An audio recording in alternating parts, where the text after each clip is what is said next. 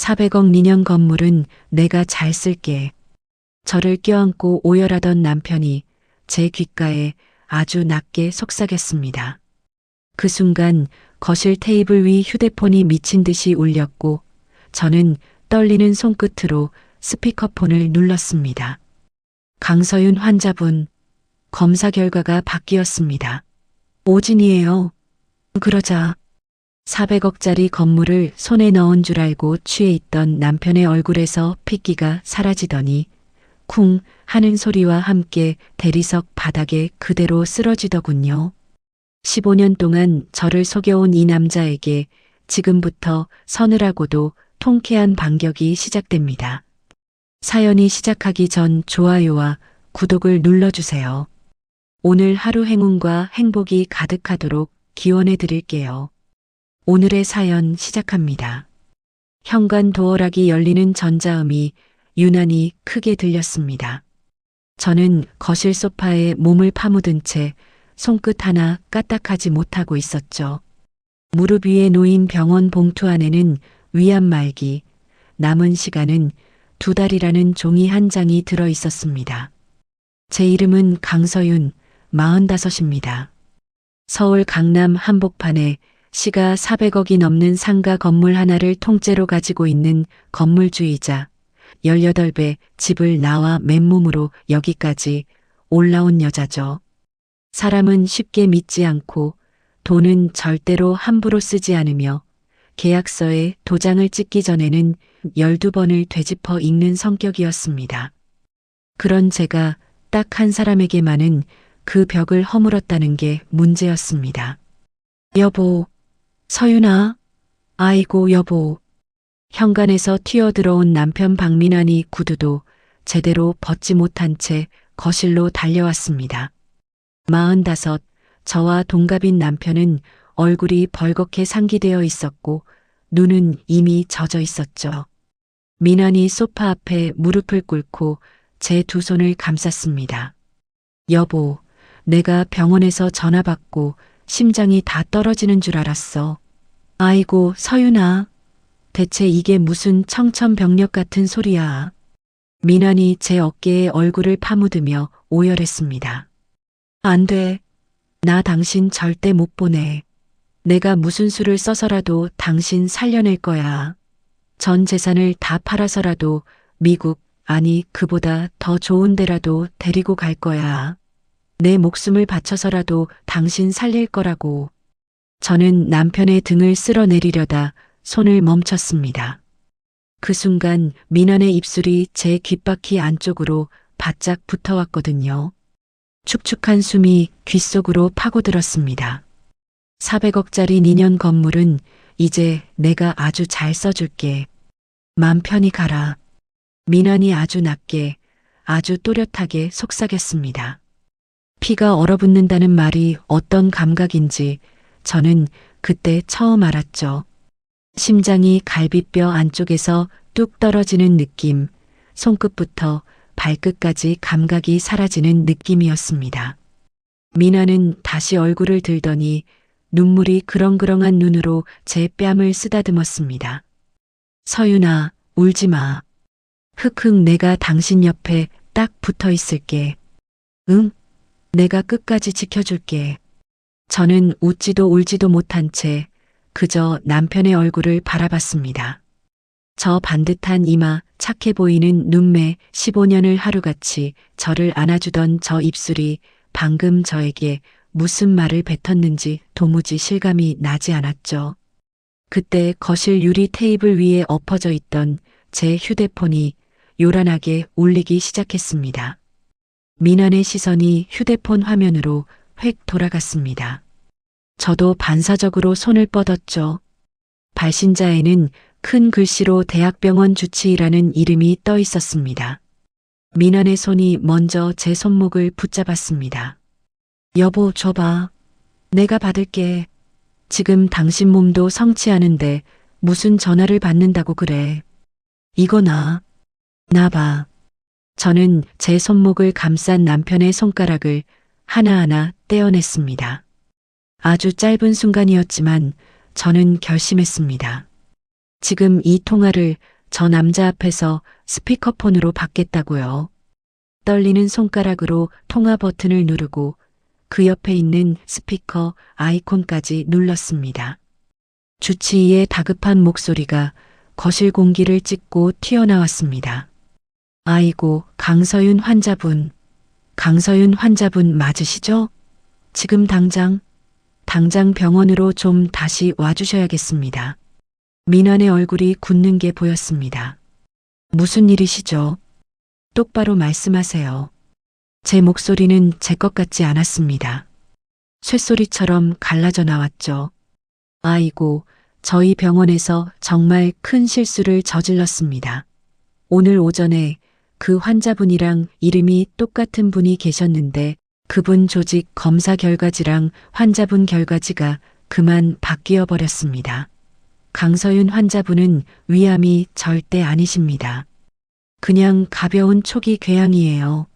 약만 며칠 드시면 싹 낫습니다. 아이고, 10년 감수하셨죠? 저희가 정말 죽을 죄를 지었습니다. 거실이 아주 조용해졌습니다. 에어컨 돌아가는 소리, 벽시계 초침 소리까지 다 들릴 만큼요. 저는 남편의 얼굴을 봤습니다. 민환의 입이 반쯤 벌어져 있었고 눈동자는 초점을 잃은 채 허공을 향해 있었죠. 그 얼굴에서 핏기가 빠져나가는 걸 실시간으로 보는 건 꽤나 낯선 경험이었습니다. 여보세요? 환자분? 제 말 듣고 계십니까? 너무 놀라셨죠? 네.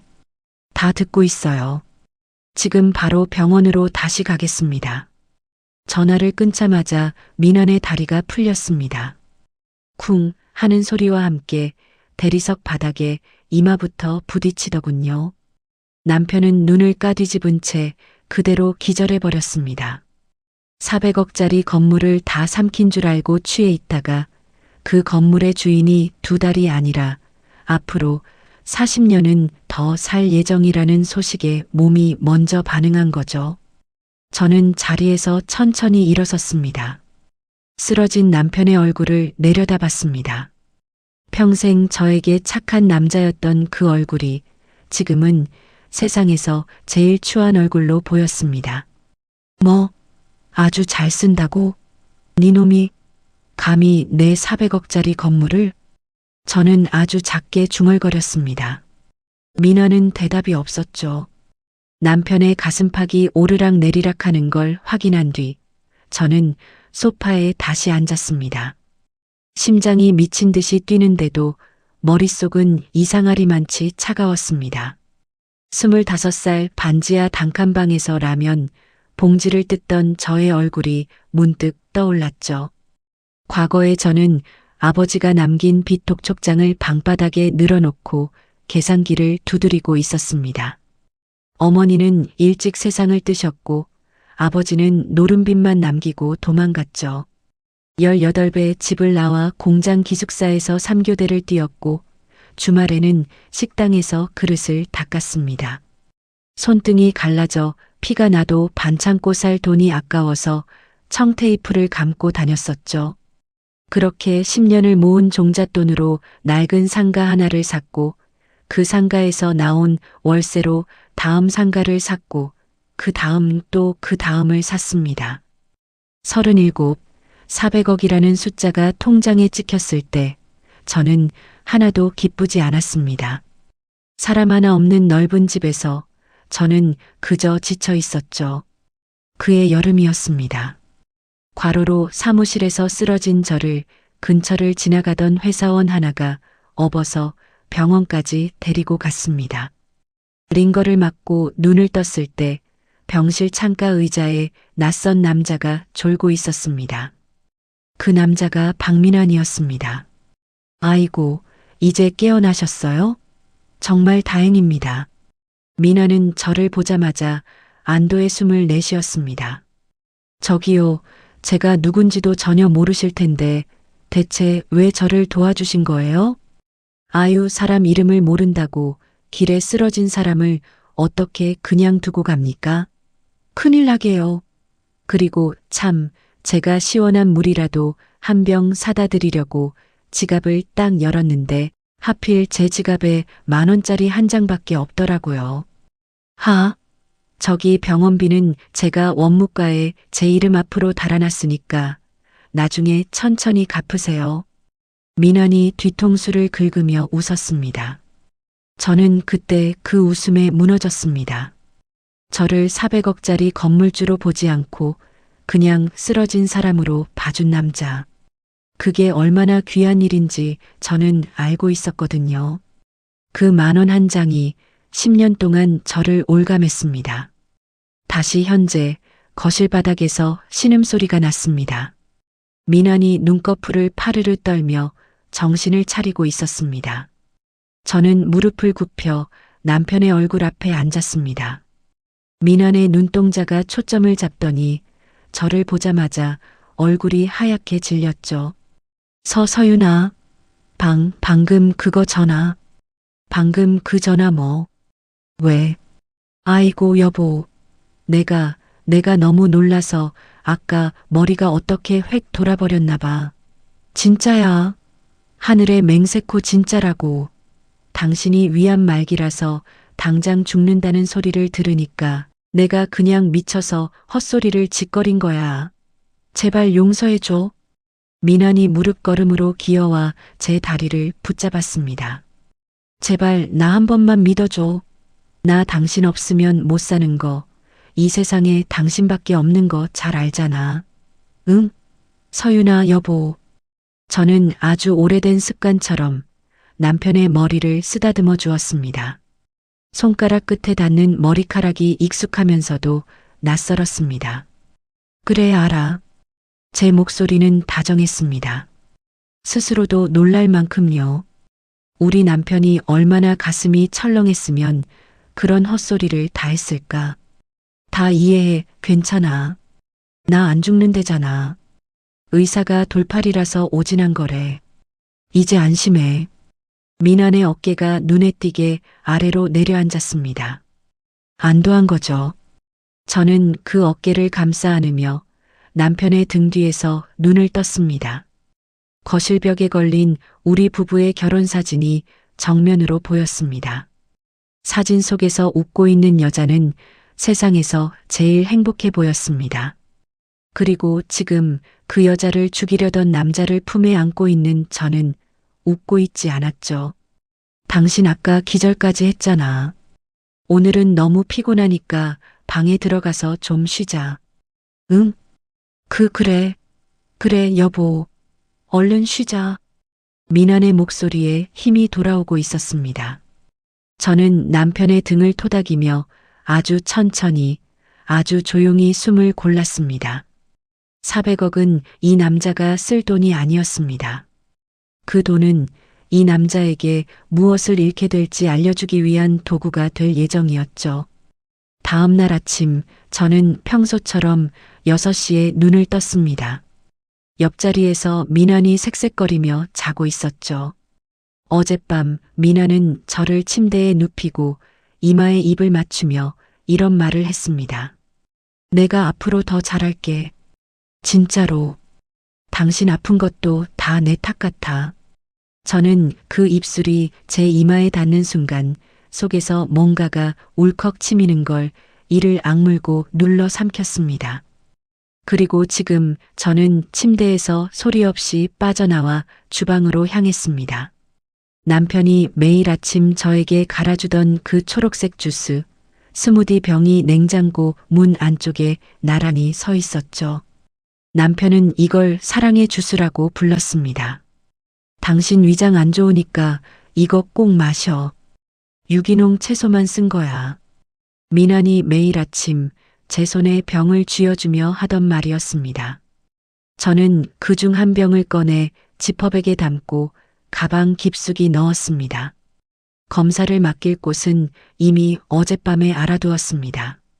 민환이 출근한 뒤 저는 서재로 향했습니다. 남편의 서재는 늘 잠겨 있었습니다. 작업할 때 방해받는 거 싫어서 그래. 미안. 민환이 웃으며 하던 말이 10년을 넘게 저를 속였죠. 저는 어제 남편이 잠든 사이 서재 열쇠를 몰래 복사해 두었습니다. 문이 열리는 순간 익숙한 남편의 냄새가 훅 끼쳐왔습니다. 저는 책상 앞에 앉아 서랍을 하나씩 열었습니다. 겉으로는 아무것도 없었죠. 서류철, 만년필, 명함 몇 장. 저는 무릎을 꿇고 책상 아래로 기어 들어갔습니다. 철두철미한 성격은 이럴 때 쓰라고 있는 거였습니다. 책상 밑판을 손끝으로 훑어 내려가다가 오른쪽 구석에서 이물감이 느껴졌습니다. 얇은 자석식 케이스가 붙어 있었습니다. 케이스 안에는 은색 폴더폰 하나가 얌전히 들어 있었죠. 남편의 대포폰이었습니다. 전원을 켜자 잠금 화면도 없이 바로 문자함이 열렸습니다. 남편은 대포폰의 존재 자체가 완벽하다고 여기고 있었나 봅니다. 저는 문자 하나를 눌렀습니다. 오빠, 그 여자 아직도 안 죽어. 2달이라며. 벌써 1달째야. 조금만 참아. 이번 검사 결과 나오면 확정이야. 그날 오면 네 인생 편다. 펜트하우스 인테리어 도면 다시 보냈어. 대리석은 이태리산으로 바꿨어. 알지. 우리 서방님. 저는 대포폰을 든 손이 부들부들 떨리는 걸 멈출 수가 없었습니다. 서방님이라는 2글자가 눈알에 박혀서 빠지지 않았죠. 저는 자리에서 일어섰다가 다시 주저앉았다가 결국 서재 바닥에 그대로 무릎을 꺾고 말았습니다. 15년. 저는 이 남자에게 15년을 주었습니다. 결혼 반지를 끼우던 그날, 저는 이 사람의 이름 옆에 제 인생 전부를 얹었었죠. 그런데 이 남자는 그 세월 동안 다른 여자를 서재에 숨겨놓고 있었던 겁니다.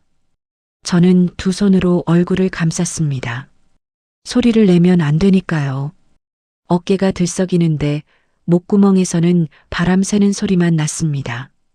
울지 마. 강서윤. 울지 마. 저는 제 이름을 소리내 부르며 저 자신을 다잡았습니다. 지금 우는 건 사치였습니다. 저는 벽을 짚고 일어섰습니다. 얼굴을 손등으로 문지르고 화장실로 가서 찬물로 세수를 했습니다. 거울 속의 여자는 눈이 벌겋게 부어 있었지만 입꼬리는 이미 다시 올라가 있었죠. 저는 거울에 대고 나지막이 말했습니다. 박민환, 네가 내 인생을 10,000원짜리 한 장으로 산 줄 알았지. 두고 봐. 그날 저녁 민환이 현관문을 열고 들어왔습니다. 손에는 제가 좋아하는 딸기 케이크 상자가 들려 있었습니다. 여보, 오늘 회사에서 얼마나 걱정했는지 몰라. 좀 어때? 괜찮아.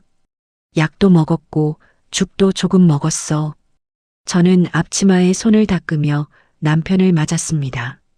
민환이 케이크 상자를 식탁에 올려놓고 저를 뒤에서 안았습니다. 남편의 팔이 제 허리를 감는 순간 저는 등에 소름이 돋았지만 미소로 눌러 삼켰죠. 당신 요즘 얼굴이 좋아 보여. 오진이라는 소리 듣더니 마음이 편해졌나 봐. 당신 덕분이지 뭐. 당신이 옆에 있으니까 그렇지. 민환의 팔에 힘이 살짝 더 들어갔습니다. 내일 아침에는 주스 2잔 갈아줄까? 몸에 좋은 거 많이 먹어야지. 응, 그래 줘. 저는 몸을 돌려 남편의 뺨에 손을 얹었습니다. 아주 오래 사랑한 사람의 얼굴을 보듯이요. 민환의 눈이 만족스럽게 휘어졌습니다. 저 눈이 오늘 아침까지도 저를 사랑한다고 믿게 만든 눈이었습니다. 민환아. 응, 고마워. 진짜로. 민환이 저를 꽉 껴안았습니다. 저는 남편의 어깨 너머로 벽시계를 봤습니다. 저녁 8시 17분. 저는 이 시간을 이 남자가 제 앞에서 마지막으로 웃고 있는 순간으로 기억해 두기로 했습니다. 그날 밤 저는 남편이 잠든 것을 확인한 뒤 거실로 나왔습니다. 낮에 검사기관에서 문자가 와 있었습니다. 간단한 결과 요약이 먼저 도착한 거죠. 저는 화면을 열었습니다. 의뢰하신 시료에서 소량의 중금속 성분이 검출되었습니다. 지속적으로 섭취할 경우 위벽 손상 및 장기 기능 저하가 우려됩니다. 저는 휴대폰을 무릎 위에 내려놓고 소파 등받이에 머리를 기댔습니다. 천장의 샹들리에가 눈에 들어왔습니다. 저 샹들리에는 결혼 10주년 때 민환이 골라준 것이었죠. 여보, 우리 집 거실은 당신 얼굴처럼 환해야 돼. 민환이 그렇게 말하며 이 샹들리에를 달아주던 날, 저는 정말이지 세상에서 제일 사랑받는 여자였습니다. 그런데 그 남자가 매일 아침 제 손에 독이 든 병을 쥐어주고 있었던 겁니다. 사랑의 주스라는 이름으로요. 저는 아주 오랫동안 소파에 그렇게 앉아 있었습니다. 울지 않았습니다. 울 시간이 아니었으니까요. 대신 저는 대포폰 문자에 자주 등장하던 이름 하나를 떠올렸습니다. 민환이 오빠라고 부르지 않고 유독 실장님이라고 존대해서 부르던 이름 김 실장. 문자 말미에는 항상 이런 문장이 붙어 있었습니다. 김 실장이 서류 다 만들었대. 도장만 찍으면 돼. 김 실장 진짜 일 잘한다. 우리 김 실장 아니었으면 어쩔 뻔했어. 저는 휴대폰을 열어 통화 목록을 훑었습니다. 15년을 함께한 사람도 이렇게 저를 속였는데 저 김 실장이라는 인간은 대체 누굴까? 누구길래 이 남자가 저렇게 믿고 있을까? 저는 다음 날 아침 그 이름부터 뒤집어 놓기로 마음먹었습니다. 그리고 소파에서 일어나 침실로 돌아갔습니다. 민환의 옆자리에 다시 누우면서 저는 아주 얕게 숨을 골랐습니다. 남편의 팔이 잠결에 저를 감아왔습니다. 저는 그 팔을 밀어내지 않았습니다. 아직은요. 새벽 5시 저는 침실을 빠져나와 드레스룸으로 들어갔습니다. 민환은 저를 감았던 팔을 베개로 옮기고는 여전히 곤히 자고 있었죠. 저는 옷장 안쪽 금고에서 노트북 한 대를 꺼냈습니다. 남편이 존재조차 모르는 저만의 물건이었습니다. 철두철미하다는 건 이런 순간을 위해 준비된 성격이라는 생각이 들더군요. 저는 노트북을 켜고 어제 대포폰에서 옮겨놓은 통화 기록을 하나씩 훑었습니다. 김 실장이라는 이름 옆에 찍힌 번호는 11자리 개인 휴대폰이었습니다. 저는 그 번호를 제 자산관리사 앞으로 보내는 이메일에 붙여 넣었습니다. 자산관리사 오유라. 저를 10년 가까이 담당해 온 여자였습니다. 38, 저보다 7살 어린 유라는 처음 저를 만나던 날 이렇게 말했었죠. 대표님, 저 대표님한테는 숫자만 보여드리지 않을게요. 마음도 같이 봐드릴게요. 저는 그 말에 정말 오랜만에 사람에게 마음이 갔었습니다. 유라에게 이 번호의 명의를 조용히 알아봐 달라고 부탁하려던 그 순간이었습니다. 저는 손을 멈췄습니다. 왜였을까요? 그냥 이상하게 그 자리에서 손끝이 서늘해졌습니다. 저는 이메일 창을 닫고 대신 대포폰 문자함을 다시 열었습니다. 오빠, 오늘 대표님 상담 왔었어. 얼굴이 완전 흑빛이더라. 이제 진짜 얼마 안 남았나 봐. 김 실장 수고. 서류는 내일 도장만 받으면 돼. 오빠가 잘 구슬려서 찍게 해. 저는 노트북 앞에 앉은 채 화면만 노려봤습니다. 대표님이라는 세 글자가 2번, 3번 눈에 들어왔습니다. 저를 대표님이라고 부르는 사람은 제 건물 세입자들, 그리고 자산관리사 유라뿐이었습니다. 저는 자리에서 일어섰습니다. 다리에 힘이 풀려서 옷장 문을 붙잡아야 했죠. 설마 하는 생각이 목구멍을 타고 올라왔지만 저는 그 설마를 확인해야만 했습니다. 저는 대포폰에서 김 실장의 번호로 문자 한 통을 보냈습니다. 급한데 통장 잠깐 확인 좀. 나야.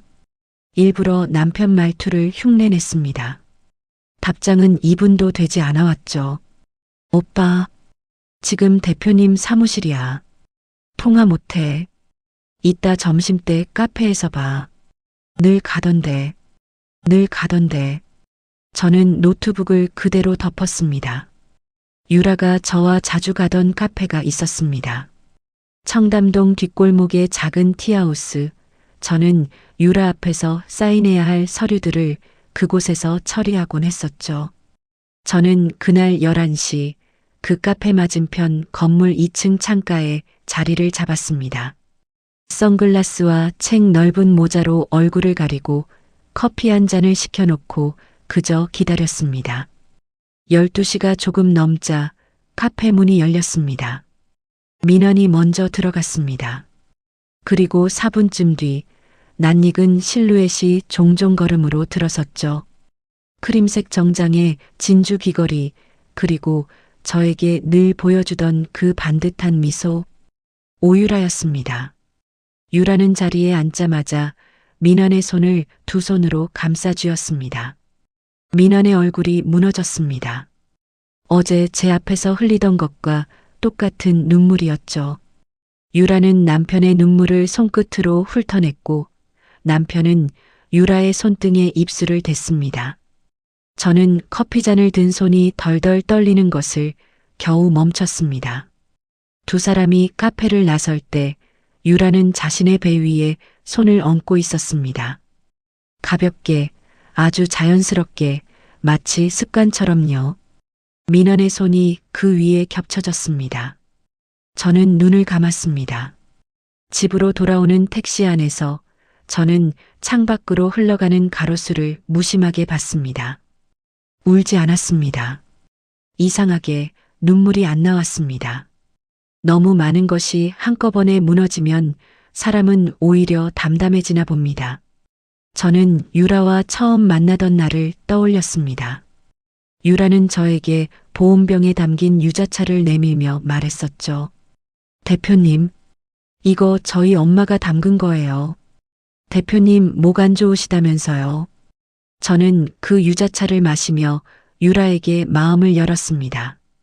그 뒤로 유라에게 제 통장 관리, 부동산 서류, 심지어 인감도장까지 맡겼습니다. 400억이라는 숫자 앞에 유라가 언니 하고 부를 때마다 저는 세상에 저를 이해해주는 사람이 하나쯤은 있다고 믿었습니다. 저는 그 여자에게 10년을 준 겁니다. 남편에게는 15년, 유라에게는 10년. 두 사람이 합쳐서 저에게서 25년을 훔쳐갔습니다. 집에 도착한 저는 곧장 서재로 향했습니다. 대포폰을 다시 열어 문자와 사진들을 하나하나 훑었습니다. 그러다 저장된 사진첩에서 이미지 한 장을 발견했죠. 펜트하우스 내부 인테리어 도면이었습니다. 제 건물 꼭대기, 제가 쓰려고 비워둔 그 층이 이미 유령법인의 소유로 넘어가는 계약서 위에 얹혀 있었습니다. 그리고 도면 옆에는 작은 메모가 붙어 있었습니다. 아기 방은 남쪽, 햇빛 잘 드는 곳으로. 저는 대포폰을 조용히 내려놓았습니다. 서재 창밖으로는 저녁 해가 지고 있었습니다. 저는 창가에 서서 노을을 오래 봤습니다. 25년. 저는 이 두 사람에게 지지 않을 겁니다. 지지 않는 정도가 아니라 두 사람이 제 발밑에 무릎을 꿇고 살려달라고 비는 그 순간까지 저는 눈 하나 깜빡이지 않을 겁니다. 그때 현관에서 도어락 소리가 들렸습니다. 여보, 나왔어. 오늘은 일찍 왔지. 민원의 목소리가 거실을 울렸습니다. 저는 대포폰을 원래 자리에 붙여놓고 서재 문을 조용히 닫았습니다. 그리고 앞치마를 두르며 주방으로 향했습니다. 어서 와. 밥 먹자. 당신이 나와서 요리한 거야. 몸도 안 좋은데. 민원이 저를 뒤에서 안았습니다. 저는 몸을 살짝 돌려 남편의 뺨을 어루만졌습니다. 당신이 매일 해주는 주스 덕분에 힘이 나서 그래. 그 주스가 진짜 나한테 약이야. 민원의 눈동자가 아주 잠깐 흔들렸습니다.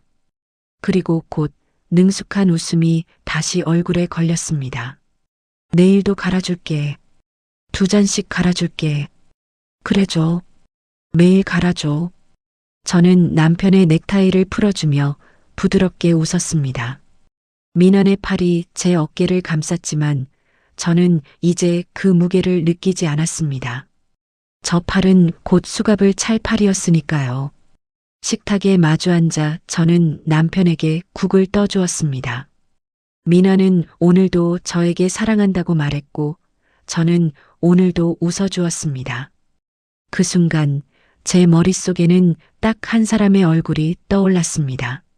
제 건물 3층에 새 들어있는 그 변호사. 로비에서 마주칠 때마다 저에게 짧게 목례만 하던 40살의 남자. 사람들 말로는 대형 로펌에서 밀려난 독종이라고 했었죠. 저는 밥알을 씹으며 그 남자의 이름을 조용히 되뇌었습니다. 김태경. 내일 아침 제일 먼저 찾아갈 사람이었습니다. 다음 날 아침 저는 미난이 갈아준 주스를 손에 든 채 부엌에 서 있었습니다. 여보, 당신 안 마시고 뭐해? 미난이 넥타이를 매며 주방으로 들어왔습니다. 어지러워서 좀 앉았다가 마시려고. 그래, 천천히 마셔. 다 마셔야 돼. 알지. 저는 고개를 끄덕이며 병을 입가로 가져갔습니다. 남편이 등을 돌리는 순간 저는 주스를 개수대에 소리 없이 흘려버렸습니다. 현관문이 닫히는 소리를 확인하고 나서야 저는 병을 헹궈 그대로 냉장고에 다시 넣었습니다. 미나는 오늘도 안심하고 하루를 보낼 겁니다. 아내가 그 주스를 다 마신 줄 알고요. 오전 10시 저는 제 건물 3층 복도에 서 있었습니다. 유리문에는 김태경 법률사무소라는 작은 명패가 붙어 있었죠. 문을 밀고 들어서자 안쪽 책상에서 서류를 넘기던 남자가 고개를 들었습니다. 검은 뿔테 안경 너머로 저를 바라보는 눈이 무척 서늘했습니다. 어쩐 일이십니까? 건물주님께서 직접 오시고. 김태경이 자리에서 일어섰습니다. 저는 문을 닫고 안쪽에서 잠금 장치까지 걸었습니다. 태경의 눈썹이 살짝 올라갔죠. 의뢰 하나 하러 왔어요. 앉으시죠. 저는 태경의 맞은편에 앉았습니다. 가방에서 서류 봉투를 꺼내 책상 위에 올려놓았죠. 그 안에는 남편의 대포폰 문자 사본, 주스 성분 검사 결과지, 청담동 카페에서 찍은 사진들이 들어 있었습니다. 태경은 봉투를 열어 서류를 하나씩 넘겼습니다. 표정 하나 바뀌지 않았지만 서류를 넘기는 손끝의 속도가 점점 느려지더군요. 마지막 장을 다 본 태경이 안경을 벗어 책상에 내려놓았습니다. 이걸 저한테 왜 가지고 오셨습니까? 당신이 대형 로펌에서 내부 고발하고 잘렸다는 말을 들었어요. 그런 사람은 두 종류더라고요. 정의감으로 미친 사람이거나 지고는 못 사는 사람이거나 둘 중 뭐든 상관없어요. 저한테 필요한 건 절대 안 지는 사람이니까. 태경이 저를 물끄러미 봤습니다. 저는 이깁니다. 대신 조건이 있어요. 말해봐요. 제가 하라는 대로 하셔야 합니다. 감정 앞세워서 튀어나가시면 저는 손 뗍니다. 그건 걱정 마세요. 저 감정으로 여기까지 온 사람 아니에요. 태경의 입꼬리가 아주 살짝 올라갔습니다. 15년 만에 처음으로 저는 어떤 남자의 얼굴을 보면서 안도라는 감각을 느꼈습니다. 어떻게 잡을 생각이에요? 두 사람을 한자리에 몰아서 스스로 걸어 들어오게 만들어야 합니다. 지금 이대로 경찰 데려가면 저쪽은 정관 변호사 붙여서 반년 안에 다 뒤집습니다. 대표님이 죽는 척을 좀 하셔야겠어요. 죽는 척? 입원하세요. 병세가 갑자기 나빠진 걸로. 오진 사실은 저랑 대표님, 병원장, 딱 3사람만 압니다. 나머지는 대표님이 2달 안에 돌아가시는 걸로 알아야 합니다. 그래야 저쪽이 방심하고 마지막 카드를 다 꺼냅니다. 저는 고개를 끄덕였습니다. 유언장을 쓸게요. 전 재산 유언장. 태경이 처음으로 소리내어 웃었습니다. 역시 말이 잘 통하네요. 대표님. 사흘 뒤 저는 남편이 출근한 시간에 맞춰 거실에서 피를 토했습니다. 정확히는 미리 준비해둔 붉은 색소를 입에 물고 있다가 뱉어낸 거였죠. 가정부가 비명을 지르며 민원에게 전화를 걸었고 30분 만에 남편이 회사에서 뛰어들어왔습니다. 여보, 서윤아, 눈 떠, 서윤아. 민환이 제 얼굴을 붙잡고 흔들었습니다. 저는 눈꺼풀을 반쯤 올린 채 남편의 얼굴을 봤습니다. 민환의 입술이 살짝 떨리고 있었죠. 슬퍼서가 아니었습니다. 드디어 오는구나 하는 그 표정이었습니다. 저는 그 순간 15년의 결혼 생활이 완전히 끝났음을 알았습니다. 병원 가야 돼. 여보, 나 무서워. 저는 남편의 옷깃을 힘없이 붙잡았습니다. 민환이 저를 안아들며 아주 작게 속삭였습니다. 조금만 참아. 조금만. 그 조금만이 무엇을 의미하는지 저는 이제 알고 있었습니다. 병실은 대학병원 특실이었습니다.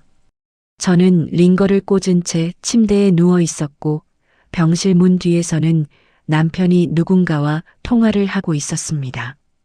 문틈으로 새어 들어오는 목소리는 아주 낮았지만 저에게는 또렷하게 들렸습니다. 이제 진짜 얼마 안 남았어. 유라야, 네가 준비한 서류 다 챙겨. 응. 저는 눈을 감고 아주 편안한 얼굴로 잠든 척을 했습니다. 다음 날 오후 병실 문이 열렸습니다. 크림색 코트에 진주 귀걸이, 손에는 커다란 과일 바구니. 오유라가 들어왔습니다. 대표님, 저 왔어요. 유라가 침대 옆으로 다가와 제 손을 잡았습니다. 그 손이 어제 청담동 카페에서 남편의 손등을 쓰다듬던 그 손이었죠. 어쩌다 이렇게까지 저 진짜 밤에 잠을 못 자요. 유라의 눈에서 굵은 눈물 한 방울이 뚝 떨어졌습니다. 제 손등 위로요. 저는 그 눈물을 물끄러미 내려다봤습니다. 따뜻하더군요. 사람 눈물이 이렇게 뜨거울 수 있다는 걸 저는 처음 알았습니다. 유라야. 네. 대표님, 말씀하세요. 내가 니한테 진짜 미안한 게 있어. 유라의 어깨가 살짝 굳었습니다. 뭐가요? 내가 너무 일 부탁만 하고 밥 한 번을 제대로 못 사줬어. 이렇게 좋은 동생한테. 유라가 안도의 숨을 내쉬는 게 보였습니다. 그리고 다시 눈물을 쏟아냈죠. 대표님, 그런 말씀하지 마세요. 저 대표님한테 받은 거만 얼만데요. 얼른 일어나셔야죠. 저 대표님 없으면 안 돼요. 저는 유라의 손을 잡아당겨 안았습니다. 유라의 어깨를 감싸는 척 저는 유라가 침대 옆 의자에 걸어둔 명품 가방 안쪽으로 손을 뻗었습니다. 가방 안감 주머니 손톱만 한 도청기 하나가 제 손끝에서 유라의 가방 안으로 넘어갔습니다. 아주 자연스럽게 마치 유라의 등을 토닥이는 자연스러운 몸짓 안에서요. 유라야, 네가 있어서 다행이야. 진짜로. 대표님, 저도요. 저도 대표님이 있어서요.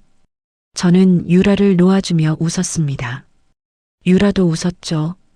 두 여자가 침대 위에서 손을 마주잡고 웃는 그 그림은 밖에서 보면 아마 세상에서 가장 슬프고 아름다운 자매의 풍경이었을 겁니다.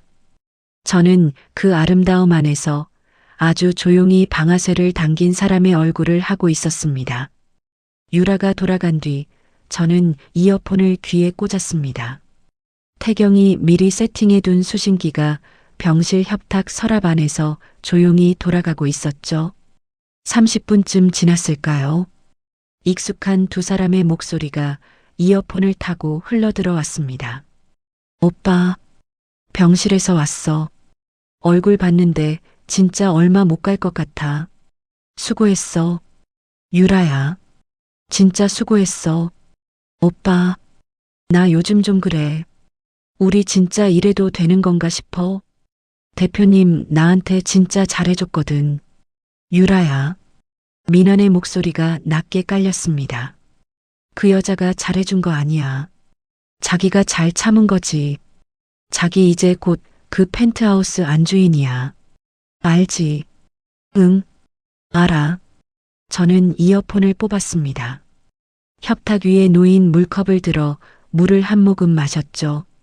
목이 아주 잘 넘어가더군요. 그 순간 병실 문이 다시 열렸습니다. 어떻게 좀 어떠십니까? 김태경이 서류 가방을 들고 들어왔습니다. 저는 침대 등받이를 올리며 몸을 일으켰습니다. 유언장 작성해요. 다음 주 수요일. 지인들 다 부르시게요. 네. 남편 유라 회계사, 세무사, 오래된 친구들까지 400억이 어디로 가는지 다들 눈으로 확인해야죠. 태경이 서류 가방을 열었습니다. 그날 스크린 하나 병실에 설치하겠습니다. 남편분이 아주 좋아하실 영상이 준비되어 있거든요. 저는 침대 시트를 손끝으로 매만졌습니다. 민환이 매일 저에게 갈아주던 그 주스, 그 초록색 병이 문득 떠올랐습니다. 저는 아주 옅게 웃었습니다. 그 웃음의 끝이 어디까지 뻗어나갈지 이 병실 안에서는 저와 태경 둘만 알고 있었죠. 수요일 아침 저는 병실 침대에 반듯하게 누워 있었습니다. 간호사가 제 뺨에 창백해 보이는 화장을 얹어주었고 입술에는 아무 색도 바르지 않았죠. 거울 속에 저는 진짜로 이번 주를 넘기지 못할 사람처럼 보였습니다. 태경이 병실 한쪽 벽에 대형 스크린을 설치하는 걸 지켜보며 저는 손끝으로 시트를 매만졌습니다. 긴장되십니까? 태경이 등을 돌린 채 물었습니다. 아니요. 오히려 편하네요. 15년 만에 처음으로. 좋습니다. 그 얼굴 그대로 유지하세요. 곧 손님들 들어옵니다. 병실 문이 하나둘 열리기 시작했습니다. 회계사, 세무사, 오래된 지인 2명, 그리고 자산관리사 유라. 마지막으로 남편 민환이 검은 정장 차림으로 들어섰습니다. 민환은 입술을 꾹 다물고 있었지만 눈꼬리 근처가 아주 미세하게 떨리고 있었죠. 저는 그 떨림이 슬픔이 아니라 흥분이라는 걸 이제는 알고 있었습니다. 여보, 민환이 침대 옆으로 다가와 제 손을 잡았습니다. 유언장이 뭐야? 아직 그런 거 쓸 때 아니야. 여보, 미리 정리해두고 싶어? 마음이라도 편하게. 저는 아주 작은 목소리로 말했습니다. 민환의 눈동자가 아주 잠깐 반짝였습니다. 저는 그 반짝임을 놓치지 않았죠. 그럼 지금부터 강서윤 씨의 유언장 공증을 시작하겠습니다. 태경이 서류를 펼치며 말했습니다. 병실 안의 모든 시선이 서류로 향했습니다. 강서윤 씨 소유의 상가 건물 및 부속 자산일체, 그리고 예금 자산일체를 배우자 박민환 씨에게 상속한다. 민환의 어깨가 아주 작게 들썩였습니다. 울음을 참는 척하고 있었지만 저는 알았죠. 저 사람은 지금 웃음을 참고 있는 겁니다. 유라도 고개를 숙이고 있었습니다. 어깨가 살짝 떨렸죠. 슬퍼서가 아니라 안도해서요. 이해 없으시면 여기 서명해 주시면 됩니다. 박민환 씨. 태경이 만년필을 내밀었습니다. 민환의 손이 만년필을 향해 뻗어나가는 순간이었습니다. 병실의 조명이 스르륵 어두워졌습니다. 벽에 걸린 대형 스크린이 파랗게 밝아졌죠. 뭐야? 이거. 민환이 만년필을 쥔 채 스크린을 돌아봤습니다. 화면에 우리 집 주방이 나타났습니다. 싱크대 앞에 서 있는 남자, 초록색 채소를 믹서에 넣는 익숙한 뒷모습, 그리고 그 남자가 서랍에서 작은 갈색 병 하나를 꺼내 믹서 안에 몇 방울을 떨어뜨리는 장면. 민환의 얼굴이었습니다. 저건 민환이 만년필을 놓쳤습니다. 만년필이 대리석 바닥에 떨어지며 맑은 소리를 냈죠. 회계사가 안경을 벗었습니다. 세무사는 헛기침을 했고 지인 두 사람은 서로의 얼굴을 마주 봤습니다. 그때 스크린에서 소리가 흘러나오기 시작했습니다. 오빠, 이제 진짜 얼마 안 남았어. 수고했어. 유라야. 그 여자 죽으면 우리 진짜 시작이야. 펜트하우스 인테리어 도면대로 다 밀고 우리 아기 방부터 꾸미자. 병실 공기가 얼어붙었습니다. 유라의 얼굴에서 핏기가 사라지는 게 눈에 보였습니다. 유라가 자리에서 벌떡 일어섰습니다. 저건 아니에요. 저 목소리 아니에요. 오빠, 네 목소리는 아니고. 민환이 유라를 획 돌아봤습니다. 유라, 네가 왜 여기서 저 소리를 들어? 유라의 입술이 파르르 떨렸습니다. 저는 침대 위에서 몸을 일으켰습니다. 링거 바늘을 손등에서 뽑아내고 시트를 걷어냈죠. 발이 병실 바닥에 닿는 순간 저는 지난 2달간 이 순간을 위해 얼마나 이를 악물었는지 새삼 느꼈습니다. 여보, 민환이 저를 봤습니다. 저는 침대에서 내려와 만년필이 떨어져 있는 자리 앞에 섰습니다. 박민환, 여보, 난 안 죽어. 오진이었어. 그것도 2주 전에 나왔던 결과야. 민환의 무릎이 꺾였습니다. 남편은 병실 바닥에 그대로 주저앉았죠. 서윤아, 서윤아, 이게 다 오해야. 저 영상, 저거 조작이야. 저 목소리도 아니야. 조작이라면 네가 우리 집 서재 책상 밑에 자석으로 붙여놓은 그 대포폰도 조작이겠네. 민환의 입이 벌어졌습니다. 말을 잃은 얼굴이었죠. 유라는 두 손으로 자기 가방을 뒤지고 있었습니다. 아마 도청기를 찾고 있었을 겁니다. 저는 유라를 향해 돌아섰습니다. 유라야, 그 가방 안감 주머니 뒤져봐. 손톱만 한 게 하나 있을 거야. 유라의 손이 멈췄습니다. 유라의 얼굴이 눈물로 젖는 데는 3초도 걸리지 않았습니다. 대표님, 언니, 제가 다 설명할게요. 이건요, 저 사람이 저를, 저 사람이라니, 아까까지 오빠라며, 우리 아기라며. 유라의 무릎이 접혔습니다. 병실 문이 벌컥 열렸습니다. 정복 차림의 경찰들이 들어섰죠. 그 뒤에서 태경이 서류철을 손에 든 채 태연하게 서 있었습니다. 박민환 씨, 오유라 씨, 두 분 다 살인미수 및 사문서 위조 혐의로 긴급 체포합니다. 경찰이 민환의 팔을 잡아 올렸습니다. 남편은 저항하지도 못하고 그대로 끌려갔습니다. 서윤아, 여보, 나 좀 봐. 서윤아, 박민환. 저는 남편의 이름을 아주 낮게 불렀습니다. 당신이 나한테 한 그 말 기억나? 400억 니년 건물은 내가 잘 쓸게. 그거.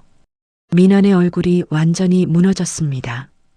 그 400억은 앞으로 네가 감옥에서 매일 밤 잠 못 자게 만들 이자로 쓸 거야. 잘 지켜봐. 민환이 뭐라고 소리치려 했지만 경찰의 손에 이끌려 병실 밖으로 사라졌습니다. 유라는 자기 발로 걸어나가지도 못했습니다. 여경 두 사람이 양쪽에서 부축해서 데리고 나갔죠.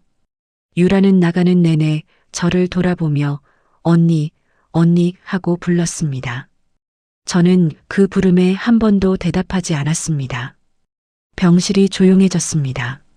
지인들은 하나둘 조용히 자리를 떴고 회계사와 세무사도 목례만 남기고 나갔죠. 저는 침대 옆에 서서 창밖을 봤습니다. 햇살이 병실 창을 그대로 통과해서 제 뺨에 닿았습니다. 햇빛이 이렇게 따뜻하다는 걸 저는 참 오랜만에 느꼈습니다. 수고하셨습니다. 대표님, 태경이 서류철을 정리하며 다가왔습니다. 수고는 무슨, 이제 시작인데. 시작이라니요. 저 두 사람, 저렇게 순순히 감옥 갈 것 같아요. 정관 변호사 붙이겠죠. 언론에나 미친 여자로 나올 거고, 유라 뱃속에 있는 아기 방패 삼아서 구속도 면할 거예요. 태경의 눈이 저를 물끄러미 봤습니다. 거기까지 다 보고 계셨습니까? 봐야죠. 저 사람들이 나한테서 뺏으려던 게 400억이에요. 400억이 어떤 돈인지 저 사람들은 몰라요. 나는 알아요. 그러니까 지금부터 알려줘야죠. 태경이 서류철을 옆구리에 끼며 짧게 웃었습니다. 오늘 밤은 좀 주무십시오. 내일부터 다시 뜁니다. 저는 고개를 끄덕였습니다. 태경이 병실을 나간 뒤 저는 다시 창가에 섰습니다. 저 아래로 서울 시내가 펼쳐져 있었습니다. 그 어딘가에서 지금쯤 민환과 유라는 각자의 유치장 안에서 서로의 이름을 처음으로 원망하며 부르고 있을 겁니다. 저는 창문에 이마를 살짝 대었습니다. 차가운 유리의 감촉이 제 지난 15년의 온도보다 훨씬 따뜻했습니다. 민환과 유라가 연행된 지 사흘째 되던 아침이었습니다. 저는 병원에서 퇴원해 집으로 돌아왔고 태경이 소파 맞은편에 앉아 노트북 화면을 저에게 돌려 보이고 있었죠. 화면에는 어느 인터넷 매체의 기사 제목이 큼지막하게 떠 있었습니다. 400억 여성 건물주, 남편에게 살인 누명 씌워 재산 독점 노렸나? 저는 커피잔을 내려놓았습니다. 빠르네요. 사흘 만에. 저쪽에서 붙인 변호사가 김상렬입니다. 30년 동안 판사만 하다가 작년에 개업했어요. 검찰이랑 법원 안에 인맥이 뿌리까지 박혀 있는 사람입니다. 태경이 안경을 벗어 무릎 위에 올렸습니다. 그 사람이 언론부터 흔들고 있어요. 여론이 뒤집히면 재판부도 흔들립니다. 유라는요. 임신 16주 차입니다. 구속 적부심에서 풀려났습니다. 어제부로 불구속 수사예요. 저는 커피잔을 다시 들었다가 손이 살짝 떨리는 걸 느끼고 그대로 내려놓았습니다. 그럴 줄 알았어요. 대표님, 마음 다잡으셔야 됩니다. 지금부터가 진짜입니다. 그날 오후 건물 관리소장에게서 전화가 걸려왔습니다. 대표님, 지금 로비로 좀 내려오셔야 될 것 같습니다. 무슨 일이에요? 일단 오세요. 말로 설명이 안 됩니다. 저는 코트를 걸치고 건물로 향했습니다. 로비 회전문을 밀고 들어서는 순간 저는 걸음을 멈췄습니다. 로비 대리석 바닥에 붉은 레커가 흘러내리고 있었습니다. 벽에는 굵은 글씨가 휘갈겨져 있었죠. 돈 갚아라. 이씨. 목이 검게 뒤덮인 문신을 한 남자 셋이 로비 소파에 다리를 꼬고 앉아 있었습니다. 가운데에 앉은 남자가 저를 보더니 담배를 바닥에 비벼 끄며 일어섰습니다. 강서윤 대표? 맞지. 누구세요? 오유라 씨한테 30억 빌려준 사람이야. 남자가 지갑에서 서류 뭉치를 꺼내 흔들었습니다. 이거 봐. 이 건물이 담보로 잡혀 있어. 도장 다 찍혀 있고 인감 증명도 붙어 있어. 근데 오유라 씨가 지금 연락이 안 돼. 그럼 어떡해? 담보 잡힌 건물주가 갚아야지. 저는 서류를 낚아채듯 받아들었습니다. 제 이름, 제 인감, 제 주민등록번호. 전부 저의 것이었지만 저는 이 서류에 도장을 찍은 적이 없었습니다. 유라가 구속되기 전에 미리 빼돌려 놓은 서류로 사채를 끌어 쓴 겁니다. 이건 위조예요. 위조든 진짜든 그건 나 알 바 아니고. 이 종이는 진짜니까. 30억? 이자 붙어서 35억. 안 갚으면 이 건물 경매 넘어가. 남자가 소파 팔걸이를 손끝으로 톡톡 두드렸습니다. 오늘부터 매일 여기 있을 거야. 세입자들 얼굴도 좀 보고. 응. 로비 뒤편에서 3층 세입자 하나가 흘낏 저를 훔쳐보고는 도망치듯 엘리베이터를 탔습니다. 저는 서류를 손에 든 채 붉은 레커가 흘러내리는 벽을 봤습니다. 저 벽은 제가 15년 전에 처음 이 건물을 사서 손수 페인트 칠을 다시 하게 시켰던 벽이었죠. 그 자리에 사채업자가 붉은 낙서를 그어놓은 겁니다. 저는 다리에 힘이 풀리는 걸 겨우 참았습니다. 대표님, 저희 사무실도 어제 이상한 전화 왔어요. 나가라고요. 2층 세입자였습니다. 우리 가게 앞에도 저 사람들 서성이던데요. 무서워서 손님을 어떻게 받아요. 1층 카페 사장까지 저를 붙잡고 하소연하기 시작했습니다. 저는 그 자리에 서서 대답을 하지 못했습니다. 집으로 돌아온 저는 소파에 그대로 주저앉았습니다. 코트도 벗지 못한 채 무릎 위에 서류만 얹어놓고 한참을 앉아 있었죠. 25살 반지하 단칸방에서 라면을 끓이던 제 얼굴이 다시 떠올랐습니다.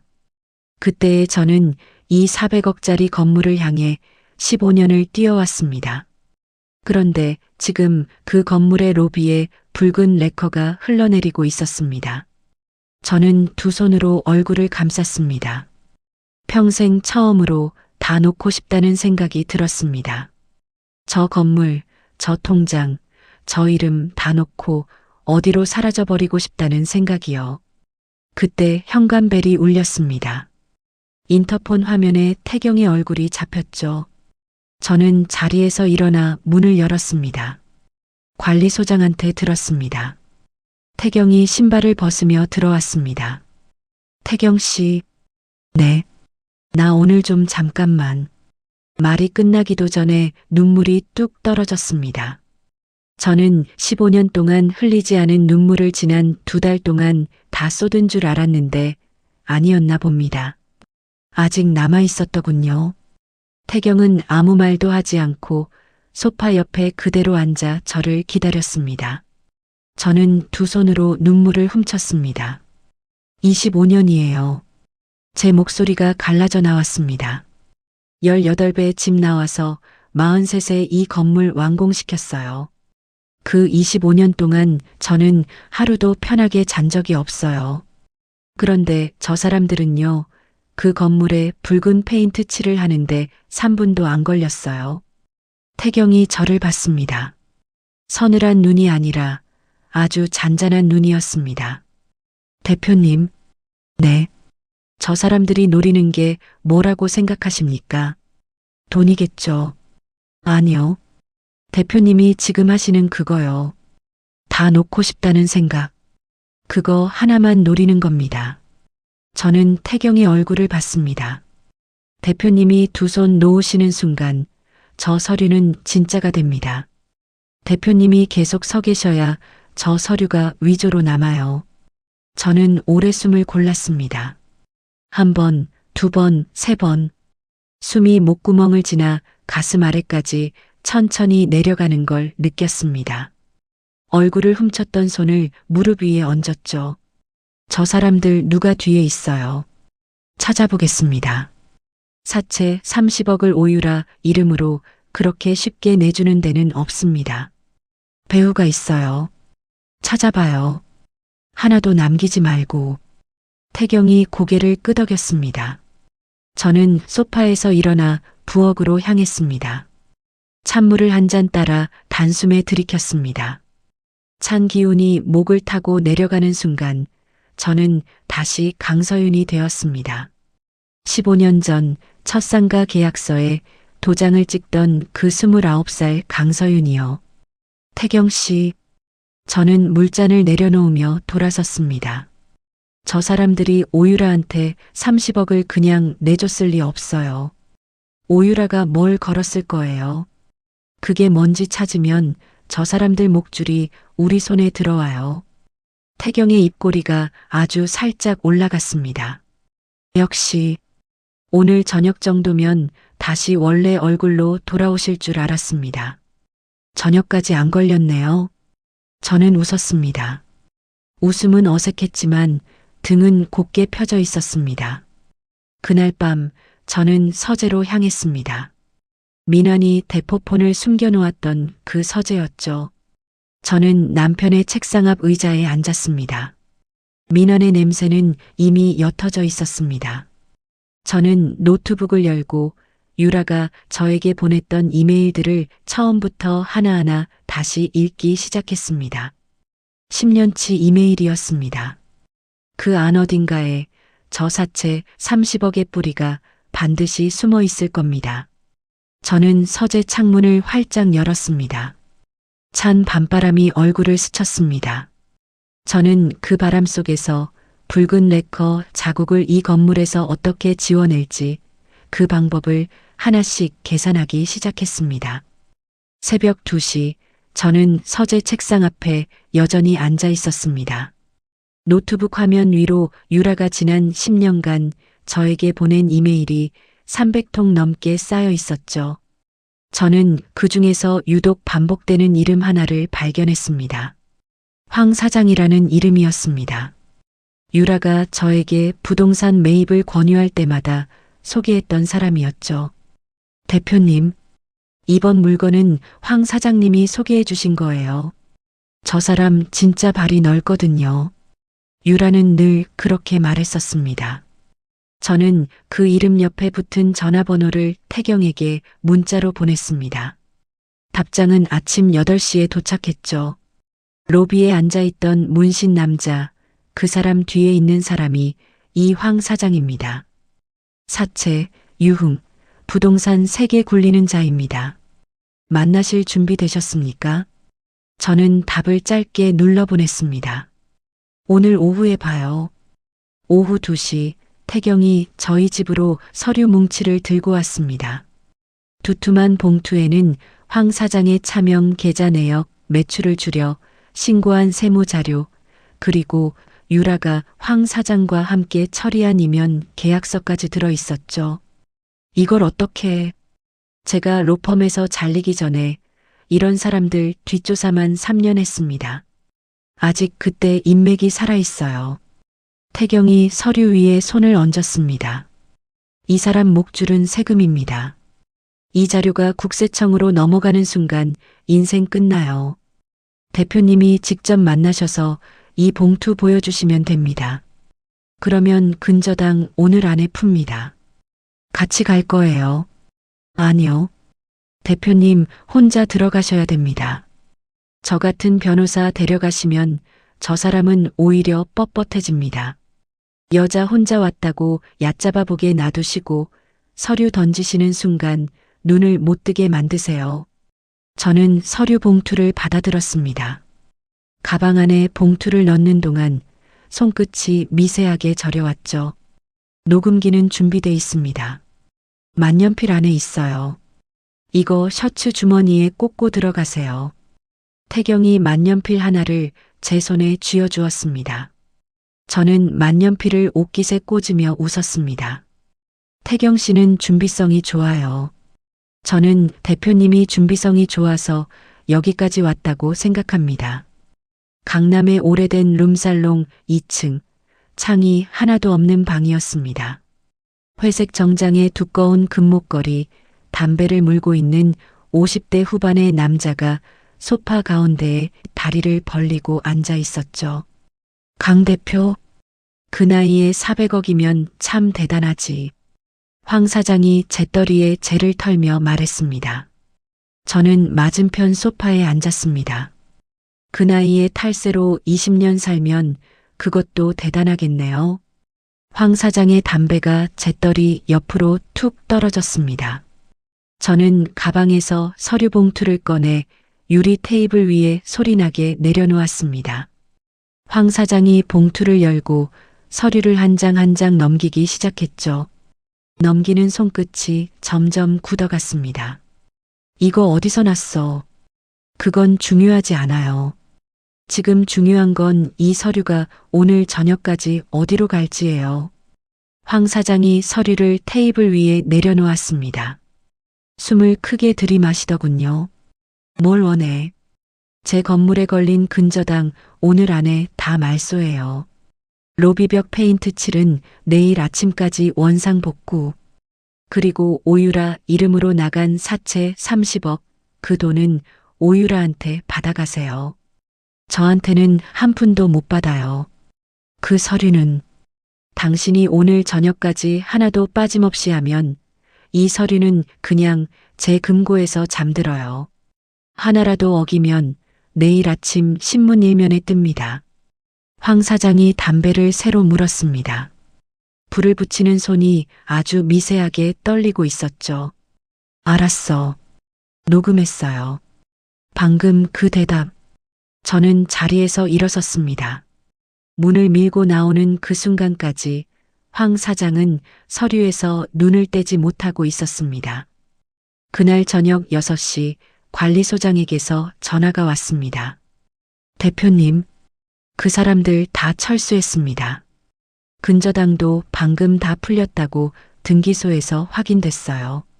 로비 청소업체도 지금 도착했습니다.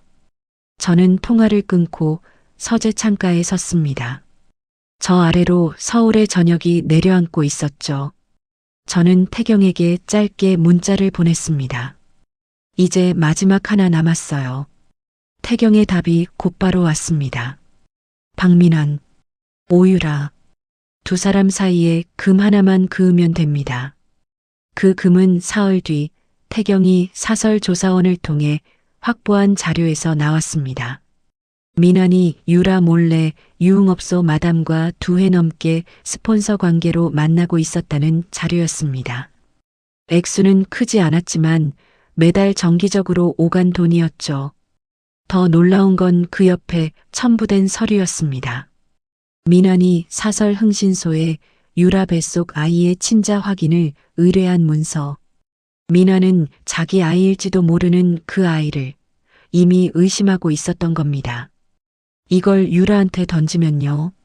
두 사람 신뢰가 산산조각 납니다. 그럼 재판에서 서로를 물어뜯기 시작해요. 그게 저희가 원하는 그림입니다. 저는 자료를 봉투에 넣고 겉면에 아무런 이름도 적지 않았습니다. 유라가 잠시 머무는 오피스텔 우편함에 그 봉투를 직접 넣고 오는 길, 저는 아주 잠깐 걸음을 멈췄습니다. 유라가 저에게 처음으로 유자차를 건네던 그 오후가 떠올랐거든요. 저는 그 기억을 오래 붙잡지 않았습니다. 발걸음을 다시 옮겼죠. 재판이 열리는 날 아침, 저는 검은 정장 차림으로 법정 방청석 맨 뒷자리에 앉았습니다. 피고인석에 나란히 앉은 민환과 유라 사이의 공기는 이미 얼음장이었죠. 유라가 먼저 입을 열었습니다. 저는 아무것도 몰랐습니다. 박민환 씨가 이 모든 걸 다 계획했어요. 독약배합 노트도 저 사람 손글씨예요. 저 여기 그 노트 사본 가져왔습니다. 유라가 서류 한 장을 재판장 앞으로 내밀었습니다. 민환의 얼굴이 벌겋게 달아올랐습니다. 오유라, 너 지금 뭐 하는 거야? 제가 뭘 해요? 사실을 말하는 거잖아요. 인연이 진짜. 민환이 자리에서 벌떡 일어섰습니다. 이 여자가 페이퍼 컴퍼니 만든 사람이야. 내 이름으로 서류 다 위조한 사람. 내가 녹음한 거 있어. 이 여자가 나한테 그 여자 죽여야 우리가 산다고 말한 그 녹음. 여기 있어. 민환이 자신의 변호사에게 눈짓을 보냈습니다. 법정 스피커에서 유라의 목소리가 흘러나왔습니다. 오빠, 그 여자 죽어야 우리가 살아. 알지? 방청석에서 웅성거림이 일어났습니다. 저는 팔짱을 낀 채 그 광경을 바라봤습니다. 민환은 유라를 향해 쌍욕을 뱉었고 유라는 얼굴이 새하얗게 질린 채 자기 배를 감쌌죠. 박민환 이 새끼, 네가 유흥업소 여자한테 매달 얼마씩 갖다 바친 거 다 알아. 이 아이가 네 아이인지 확인해달라고 흥신소에 의뢰한 것도 다 알아. 네가 나한테 그런 짓 해놓고 지금 나를 팔아. 유라의 목소리가 갈라져 있었습니다. 민환의 얼굴에서 핏기가 빠져나갔죠. 법정 안이 아주 조용해졌습니다. 재판장이 의사봉을 두드렸습니다. 두 분, 조용히 하십시오. 여기는 법정입니다. 두 사람은 서로를 향해 몸을 반쯤 튼 채 씩씩거리고 있었습니다. 저는 방청석에서 그 뒷모습을 오래 바라봤습니다. 두 개의 검은 등이 이제 서로의 목을 조르고 있었습니다. 저는 아주 옅게 숨을 내쉬었죠. 이것으로 되었다는 생각이 들었습니다. 저는 자리에서 일어서지 않고 판결이 나올 다음 기일까지 조용히 그 자리를 지키기로 했습니다.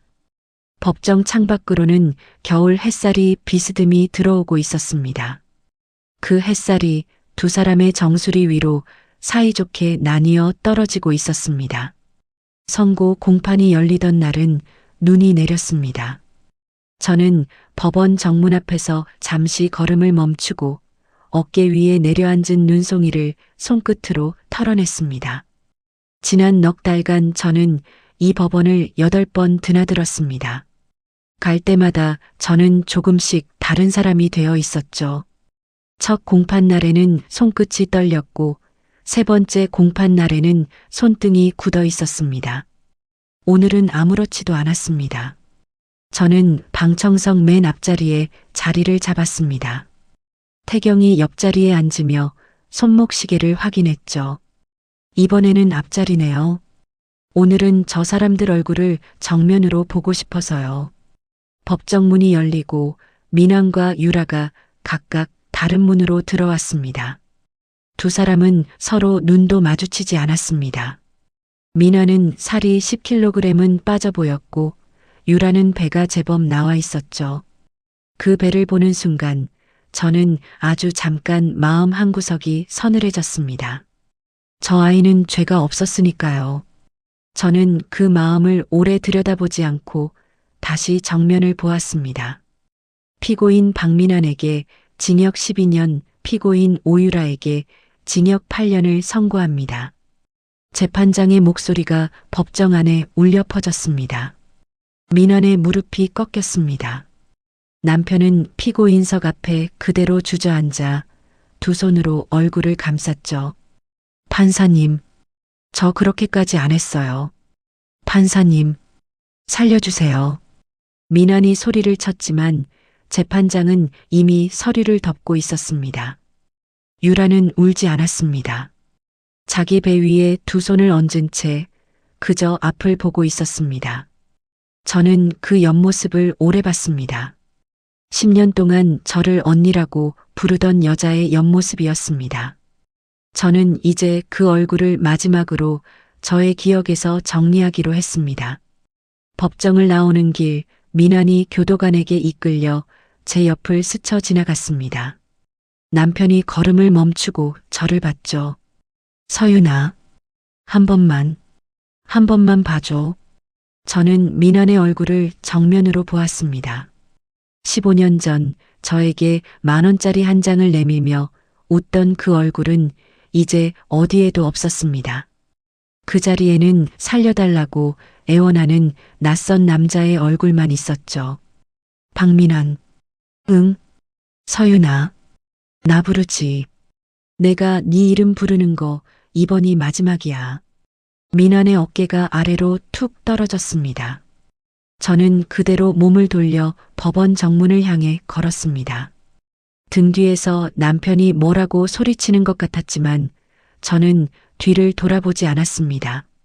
한 달 뒤 저는 제 건물 꼭대기층에 있었습니다. 민환과 유라가 새살림을 차리기 위해 인테리어 도면까지 그려놓았던 그 펜트하우스였죠. 저는 그 도면을 그대로 찢어버리고 처음부터 새로 공사를 시작했습니다. 남향으로 뚫린 큰 창가에는 초록색 화분들, 벽에는 아무 그림도 걸지 않았습니다. 비어있는 벽이 저는 마음에 들었습니다. 채워야 할 것들은 이제 저 벽이 아니라 저 자신이라는 걸 이제는 알고 있었으니까요. 태경이 와인 2잔을 들고 창가로 걸어왔습니다. 입주 축하드립니다. 고마워요. 태경 씨. 저는 잔을 받아들고 창밖을 봤습니다. 겨울 저녁의 서울이 아래로 펼쳐져 있었죠. 저 아래 어딘가에서 미나는 지금 감옥에서 저녁 점호를 받고 있을 겁니다. 유라는 곧 아이를 낳고 나면 아이는 다른 사람 손에 맡겨진 채 형기를 채워야 할 겁니다. 두 사람이 저지른 죄의 무게가 그렇게 하루하루 두 사람을 짓누를 겁니다. 저는 그 무게를 계산하는 걸 이제 그만두기로 했습니다. 태경 씨, 네. 저 사람들 사체 결국 어떻게 됐어요? 황 사장이 감옥까지 오유라 앞으로 청구서 보내고 있습니다. 오유라 남은 재산이랑 오피스텔까지 다 차압됐어요. 박민환 쪽도 마찬가지고요. 두 사람 지금 감방 안에서까지 서로 네 탓이라고 싸운답니다. 저는 짧게 웃었습니다. 와인을 한 모금 넘겼죠. 태경 씨, 네. 고마웠어요. 정말로. 저는 제 일 했을 뿐입니다. 아니요. 그 일 이상이었어요. 나는 알아요. 태경이 저를 물끄러미 봤습니다. 그리고 짧게 웃었죠. 대표님이 저를 찾아오셨던 그날, 저 다시 태어난 기분이었습니다. 로펌에서 잘리고 저 3년 동안 사무실에 앉아서 아무것도 못했어요. 대표님이 저한테 사냥개가 되어달라고 하셨을 때 저는 그게 참 반가웠습니다. 우린 서로한테 필요한 사람이었네요. 네, 그런 것 같습니다. 와인 잔을 창가에 내려놓고 저는 소파에 앉았습니다. 건너편 소파에 태경이 앉았죠. 두 사람 사이에 아무 말도 흐르지 않았지만 그 침묵이 어색하지 않았습니다. 저는 오랜만에 사람 옆에 있으면서 마음을 놓았습니다. 대표님, 이제 뭐 하실 겁니까? 글쎄요. 이 건물 다시 손보고 세입자들 인사부터 다시 하고, 그리고 저는 잠깐 말을 멈췄습니다. 예전 같은 결혼은 안 할 거예요. 사람한테 기대는 건 이제 좀 무서워졌어요. 태경이 고개를 끄덕였습니다. 기대지 않으셔도 됩니다. 대표님은 이미 혼자서 다 서 계시잖아요. 저는 그 말을 오래 마음에 담아두었습니다. 25살 반지하 단칸방에서 라면을 끓이던 강서윤, 37의 사무실에서 쓰러졌던 강서윤, 45세 거실 소파에서 남편의 속삭임을 들었던 강서윤. 그 모든 강서윤이 지금 이 펜트하우스 소파에 앉아 있었습니다. 저는 그 여자들을 하나하나 다 안아주고 싶었습니다. 태경 씨, 이 건물 3층 계약 만료가 언제죠? 내년 봄입니다. 연장해요. 10년으로. 감사합니다. 대표님, 저는 웃었습니다. 태경도 웃었죠. 두 사람의 웃음이 겹치는 순간 창밖으로 눈이 다시 내리기 시작했습니다. 그날 밤 태경이 돌아간 뒤 저는 혼자 창가에 오래 서 있었습니다. 서울의 야경이 눈송이 사이로 반짝이고 있었죠. 저는 유리창에 손끝을 살짝 대었습니다. 차가운 감촉이 손끝을 지나 팔꿈치까지 올라왔습니다. 그 차가움이 이제는 무섭지 않았습니다. 저는 15년 전에 사랑이 저를 완성시켜준다고 믿었습니다. 그 믿음 때문에 저는 400억을 손에 쥐고도 하루도 편하게 잔 적이 없었죠. 사랑이 저를 지켜줄 거라고 믿었기 때문에 저는 언제나 그 사랑을 잃을까봐 두려웠던 겁니다. 그런데 이제 저는 압니다. 저를 지키는 힘은 저 사람이 아니라 제 통장 잔고와 제 안의 냉정함이라는 것을요. 그리고 그 두 가지는 지난 20년간 오직 저 혼자서 쌓아 올린 것이었습니다. 저는 유리창에서 손을 뗐습니다. 소파 옆 협탁 위에 놓인 휴대폰이 조용히 진동했습니다. 관리소장이었죠. 대표님, 로비벽 페인트 칠 오늘 다 끝냈습니다. 처음보다 더 깨끗해요. 수고하셨어요. 내일 아침에 내려가서 볼게요. 저는 통화를 끊고 다시 창가로 돌아섰습니다. 거울 같은 유리창에 제 얼굴이 비쳤습니다. 45 강서윤의 얼굴이었죠. 눈가에 잔주름이 조금 늘었고 입술은 예전보다 조금 옅어졌지만 눈빛만큼은 25시절보다 훨씬 또렷했습니다. 저는 그 얼굴을 향해 아주 옅게 웃어 보였습니다. 저의 왕자는 이제 흔들리지 않을 겁니다. 400억이라는 숫자 때문이 아니라 그 숫자를 만들어낸 이 여자를 제가 이제야 진짜로 존중하기 시작했기 때문입니다. 창밖으로 눈이 계속 내렸습니다. 저는 창가에서 아주 오랫동안 그 눈송이들을 하나하나 세었습니다. 셀 수 없을 만큼 많이 내리고 있었지만 저는 서두르지 않았습니다. 서두를 이유가 이제는 아무것도 없었습니다. 강서윤의 이야기는 여기서 막을 내립니다. 400억이라는 재산을 손에 쥐고도 강서윤은 사람 하나에게 마음을 주는 대가로 자기 자신을 통째로 잃을 뻔했습니다. 평생 헌신적이라 믿었던 남편의 속삭임 한마디, 친자매처럼 아꼈던 자산관리사의 눈물 한 방울. 그 익숙한 얼굴들 뒤에 숨은 탐욕은 세상 그 어떤 낯선 이의 칼날보다 훨씬 깊게 사람의 가슴을 찌른다는 것을 강서윤은 온몸으로 배웠습니다. 우리는 살면서 종종 사랑이 우리를 완성시켜 줄 거라고 믿습니다. 누군가 옆에 있어야 안심이 되고 누군가의 다정한 말 한마디에 하루의 피로가 풀린다고 여기죠. 하지만 강서윤이 마지막에 깨달은 그 문장을 저는 다시 한번 짚어드리고 싶습니다. 나를 지키는 힘은 다른 사람이 아니라 내가 살아오며 쌓아 올린 나 자신 안에 있다는 것을요. 통장의 숫자든 마음의 단단함이든 결국 그것을 만든 사람은 나 자신입니다. 그 사실 하나만 잊지 않는다면 어떤 배신이 찾아와도 우리는 다시 일어설 수 있습니다. 이야기를 끝까지 들어주신 분이 계시다면 잘 들었다고 댓글 하나만 남겨주세요. 감사합니다.